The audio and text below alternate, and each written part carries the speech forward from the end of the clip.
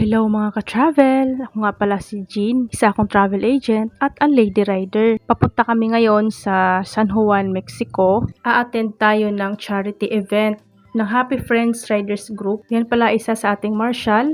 At ito naman ating presidente, si Pres Tribor. Siya naman ay isa sa ating member, si Pops Jess, at isa sa ating marshal, at isa sa ating member. Papunta na nga kami sa San Juan, Mexico.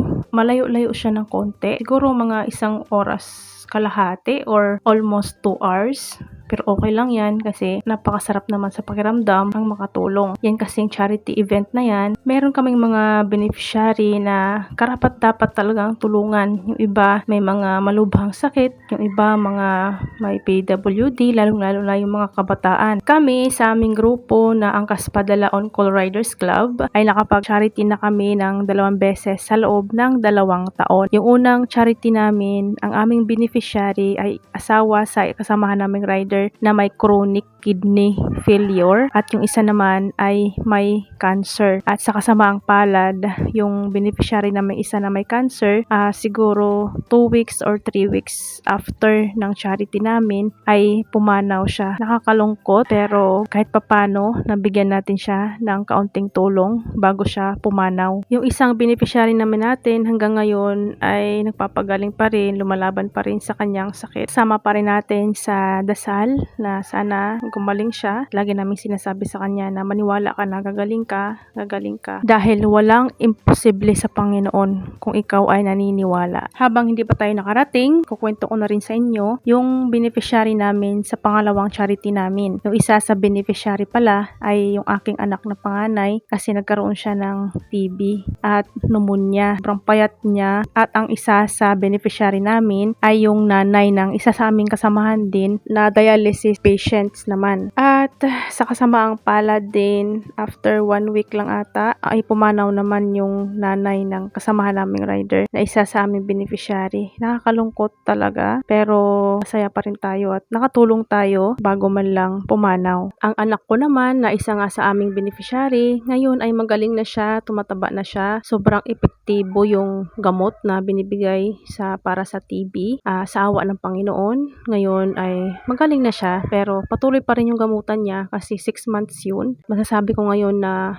thank you Lord talaga dahil magaling na yung anak ko. Maraming salamat sa mga tumulong ng mga Riders Club, mga pumunta nung charity namin. Sa lahat ng tumulong, maraming salamat po sa inyo. Lalong-lalo na sa aking mga kasamahan na Riders Club. Thank you so much sa inyong lahat. Ang Panginoon na ang bahalang magbalik ng biyaya sa inyo. Sa wakas, nakarating na din tayo dito sa venue kung saan gaganapin ang event. Marami na palang mga Riders Club na andito. Sobrang dami nang pumunta sa event na ito. Iba't ibang mga Riders Club, iba't ibang mga grupo ang talagang handang tumulong kapag dating sa mga charity na katulad nito. Yung iba ay galing pa sa malalayong lugar. Kung kami, malayo kami, pero meron pa talagang mga mas malalayo. Galing pang Bulacan, galing pang Manila, basta walang makakahadlang kapag willing ka talaga at nasa puso mo ang tumulong. Pagdating pala namin dyan ay may paalmusal sila na sopas at pandesal.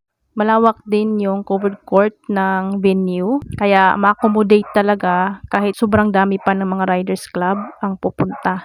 Nakakatuwa lang kapag pupunta sa mga ganitong event, mga charity, kasi makikita mo yung iba't ibang klase ng mga riders group, riders club. Nagsimula na nga ang pagbibigay ng aming kaunting tulong sa ating beneficiary. Napakagandang tingnan na nakapila talaga lahat. Sobrang dami, nakakatuwa. Kung makikita nyo, iba't ibang kulay, iba't ibang grupo, iba't ibang riders club, pero iisa ang layunin na makatulong sa mas nangangailangan, lalong-lalo na sa mga may sakit. Ang beneficiary pala nila dito ay isang kasamahan din nila na active din sa gatong mga event, sa mga charity. At ngayon ay nakakalungkot dahil ayun na nga, karoon siya ng sakit. At yung isa naman ay bata na meron ding karamdaman. Alam nyo ba, mas masarap pa rin tumulong kaysa sa ikaw yung tinutulungan. Kasi 'di ba, tayo na tumulong pero walang sakit. Kaso nga lang, siyempre hindi naman natin hawak ang buhay natin. Hindi natin alam kung ano yung mga mangyayari sa atin. Pero kung sakali man na